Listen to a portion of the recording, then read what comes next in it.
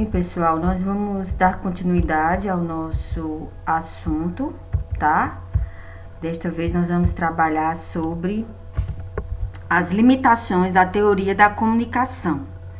Nós já aprendemos os elementos de comunicação, as funções da linguagem e vamos ver um pouquinho sobre as limitações, que essa teoria, vocês vão perceber, ela não consegue abranger toda a nossa comunicação humana.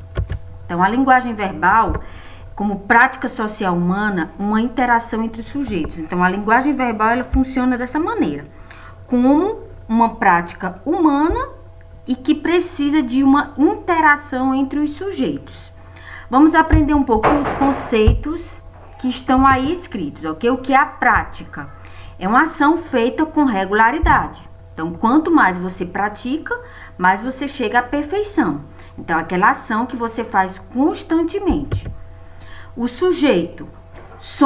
Cada um de nós somos sujeitos. Somos indivíduos marcados com uma história, com crenças, com valores e conhecimentos. Então, cada um de nós possui uma história, crenças, valores e conhecimentos distintos.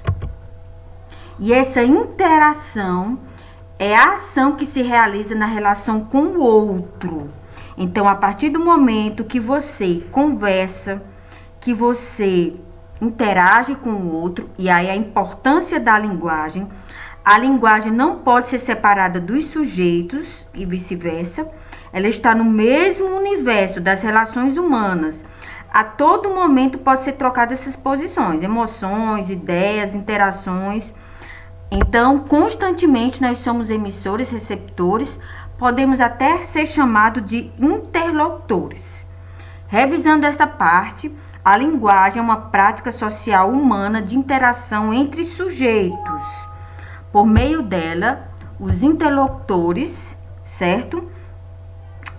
Expressam e constituem a sua identidade, em situações de uso que pode ser ocorrido nos contextos diversos. Então, através dos vários contextos escolares, o contexto familiar, o contexto escolar, o contexto social, através dessa interação, você vai estabelecendo as comunicações. Agora, o que pode atrapalhar uma comunicação? Nesse jogo, nessa interação, nessa relação com o outro, o que é que pode atrapalhar? Primeiramente, a imagem. A imagem que alguém que se comunica tem do outro e de si mesmo. E essa imagem pode estar também relacionada aos papéis sociais que desempenham, tá? Também pode ser modificada. A princípio pode ser uma imagem positiva ou negativa. Vocês já viram com certeza a expressão que a primeira impressão é a que fica, né? Que é uma expressão extremamente, vamos dizer assim, falsa, porque você pode ter sim uma primeira impressão, uma primeira imagem, e a partir da comunicação, a partir da linguagem, você modificar essa primeira imagem que você adquiriu do sujeito, tá? Então, um dos processos que traz uma complexidade entre interação entre os sujeitos, pode trazer uma complexidade, é a questão da imagem. O segundo é a compreensão. A compreensão do que o outro disse ou diz também pode receber interferência.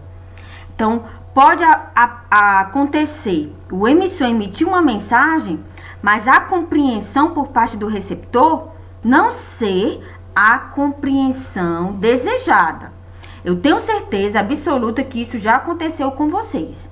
Vocês emitiram informação, falaram alguma coisa para alguém, e aí, por conta do receptor, entendeu? Ou uma pontuação, ou coisa do tipo, o receptor não entendeu bem aquilo que você queria transmitir, tá? Então, isso pode causar uma complexidade ou atrapalhar um pouco a comunicação entre os interlocutores. Também pode atrapalhar a discordância ou a concordância dentro da conversação. Quando você concorda, né? Quando há um maior grau de concordância, isso vai acontecer vai gerar até mais afinidade entre os interlocutores. Agora, quando há um grau maior de discordância, isso pode criar um estado de desconforto, certo? E essas duas situações podem sim influenciar o sentido que atribuímos aos textos ou aquilo que está sendo transmitido, tá bom? Então, esses pontos divergentes, eles podem sim atrapalhar a concordância e a discordância dentro da conversação. Acho que vocês percebem muito bem isso, fica muito claro essa questão de discordância e concordância nessa parte política, né? Quando você discorda de um discurso de determinado político e está conversando com alguém sobre isso, isso pode interferir nas relações, isso pode interferir na comunicação. Aqui eu trouxe para vocês uma tirinha com um exemplo bem claro sobre essa questão da compreensão do que o emissor falou e a aceitabilidade do receptor, né? Se compreendeu ou não. Ó, vocês viram aí os pinguins numa situação, um perguntou o que foi, o outro nada, só que o pinguim não entendeu direito, ou melhor, ele compreendeu não da forma como o emissor queria, né? Ele pensou que era simplesmente para nadar, mas nesse caso aí não era nada, né? Mas sim para nadar, porque havia aí um tubarão iminente aí para tragar o pinguim. Nesse segundo exemplo, também uma tirinha, o menino tem uma plaquinha vendo o pôr do sol. E aí chega uma pessoa e pergunta quanto quer pelo pôr do sol. E aí ele responde: não está à venda, eu estou vendo o pôr do sol. Aproveite para ver também.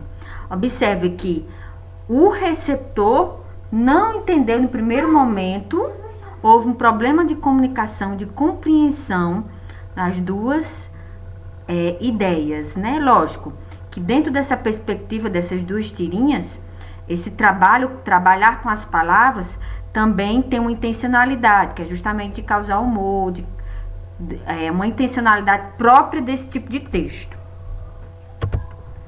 Outra coisa que pode atrapalhar a questão da compreensão entre os sujeitos, ou melhor, facilitar também, dependendo da situação, ou dificultar, é a questão da intertextualidade. Ou seja, a criação de um texto a partir de outro texto já existente. A palavra inter quer dizer dentro, um texto dentro de outro.